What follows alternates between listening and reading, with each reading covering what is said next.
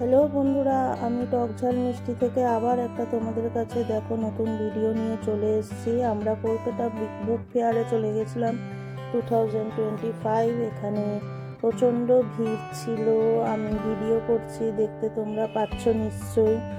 আমাদের বাঙালিদের এটা একটা খুব ভালো মেলা প্রাঙ্গণ। এই বুক ফেয়ারে আমরা যেখানে বই কিনি আর নাই কিনি, এই বই মেলায় কিন্তু আমরা সবাই বলতে গেলে বাঙালিরা যাই কম বেশি।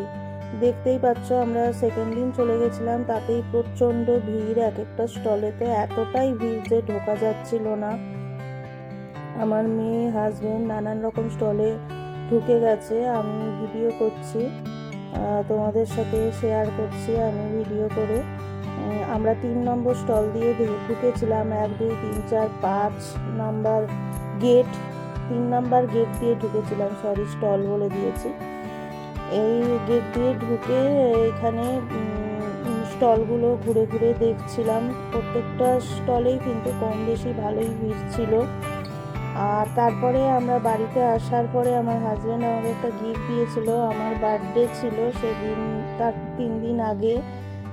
আমি জানতাম না। ও একটা মোবাইল S25 আলট্রা, ওটা ও আমাকে গিফট দিয়েছিল। আমি তো ভাবতেই পারিনি যে এটা আমার জন্য অপেক্ষা করছে। আমি সত্যি শক হয়ে গেছিলাম।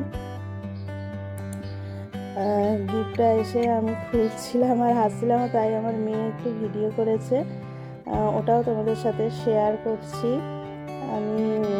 ওরা স্যামসাং স্টোর থেকে ওরা এটা প্রি অ্যাডভান্স বুক যেটা হয় সেটা করেছিল। মেয়ে হেল্প করছে খুলে দেওয়ার জন্য। আমি দেখছিলাম যে সত্যি আমি দেখছি কিনা এটা। আমার কাছে স্যামসাংয়ের S সিরিজের মোবাইলগুলো আইফোনের থেকেও বেটার লাগে। আমার ঘরে সবারই আইফোন, আমি শুধু স্যামসাংয়ের এই আলট্রা ইউজ করি। আমার আগেরটা ছিল 22 আলট্রা, এবারে 25 আলট্রাটা আমাকে গিফট করলো।